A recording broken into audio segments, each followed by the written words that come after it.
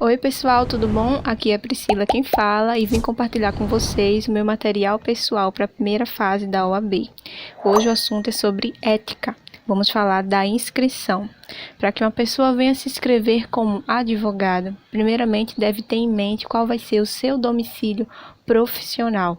Por exemplo, se eu moro no estado da Bahia e pretendo trabalhar como advogada no estado do Rio de Janeiro, eu preciso necessariamente me inscrever no Conselho Seccional do Rio de Janeiro, porque será o meu domicílio profissional.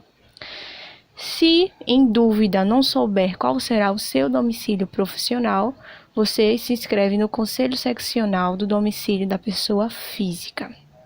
Dito isto, os requisitos para se inscrever no Conselho Seccional é, primeiramente, a capacidade civil, que é a capacidade normal de direito civil, a aprovação no exame de ordem, o diploma ou a certidão da graduação, o título de eleitor, se brasileiro, a quitação do serviço militar, a ausência de atividade incompatível com o exercício da advocacia, a idoneidade moral e o compromisso solene.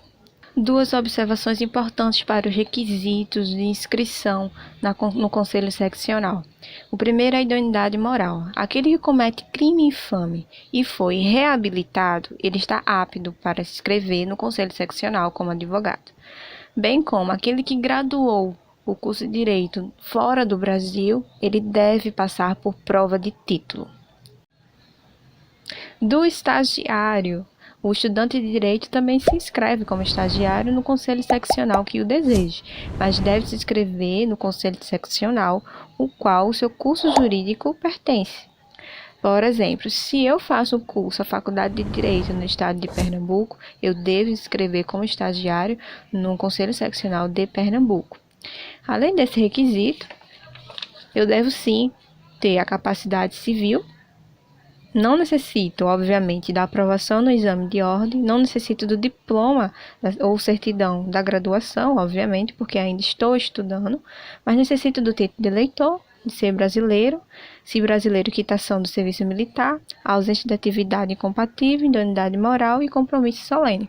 O requisito de idoneidade moral segue o mesmo, que se ele porventura cometeu algum crime infame e ele for reabilitado, ele pode sim se inscrever como estagiário normalmente. Em relação à atividade incompatível, digamos que um estudante de direito seja policial. Isso é uma atividade incompatível com a inscrição de estagiário no Conselho Seccional. Entretanto, esse estudante ele não ficaria impedido de assistir o estágio. Ele poderia assistir o estágio normalmente. E essa inscrição de estagiários na OAB dura 2 anos. E, além disso, existem 3 tipos de inscrições: a inscrição principal, a inscrição suplementar e a inscrição de transferência. A inscrição principal é aquela que ocorre no Conselho Seccional do domicílio profissional do futuro advogado. E, na dúvida do domicílio profissional, a inscrição vai ocorrer no Conselho Seccional do domicílio da pessoa física. A segunda inscrição é a inscrição suplementar. Quando o advogado obter 6 causas em outro estado, ele necessita se inscrever no Conselho Seccional desse estado. Ou quando ele tiver uma filial da sociedade de advogado em outro estado, ele precisa também ter a inscrição suplementar. A terceira inscrição é a inscrição de transferência, quando houver a mudança de domicílio profissional. Quando você tem um domicílio profissional no estado de Pernambuco, mas quer mudar seu domicílio profissional definitivamente para o estado da Bahia, você deve se inscrever no Conselho Seccional com inscrição de transferência. E não retira a principal, tá? E agora vamos falar sobre cancelamento dessa inscrição. O cancelamento dessa inscrição é quando você vai requerer e não necessita de nenhum motivo para requerer o cancelamento de sua inscrição, ou quando o advogado ele sofre a penalidade de exclusão e aí sua inscrição na OAB obviamente vai ser excluída, vai ser cancelada. Se houver uma atividade incompatível permanente, por exemplo, um advogado que passa no concurso público como promotor de justiça, ou se o advogado ele vier a falecer, ou se houver qualquer ausência de requisito de inscrição de advogado. Esses requisitos aqui. Se houver qualquer falsidade desses documentos ou ausência desses documentos, a inscrição do advogado vem a ser cancelada. Com isso, vem o desligamento, obviamente, e ele não paga anuidade. Pode retornar? Pode retornar, mas o seu retorno deverá ser pedido. Por exemplo, eu cancelei minha OAB porque eu vi que não era mais para mim aquela profissão, queria tentar outras coisas e fui lá requerer o cancelamento da minha OAB sem nenhum motivo, porque não necessita, mas depois me arrependi e quis retornar à OAB. É possível? É possível, basta você fazer o pedido do retorno à OAB. Licenciamento. Licenciamento é o afastamento do advogado. Ele deve requerer o licenciamento, mas com motivo.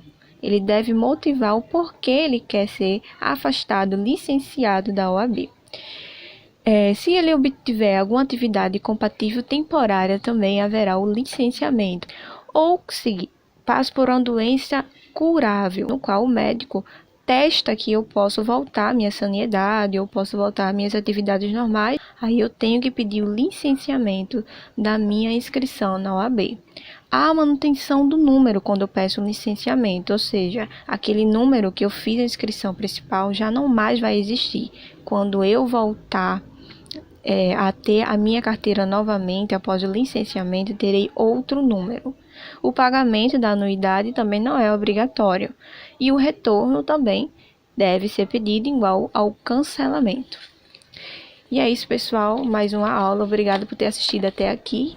Espero ter ajudado e contribuído de alguma forma. Bons estudos, se inscreva no meu canal e um abraço.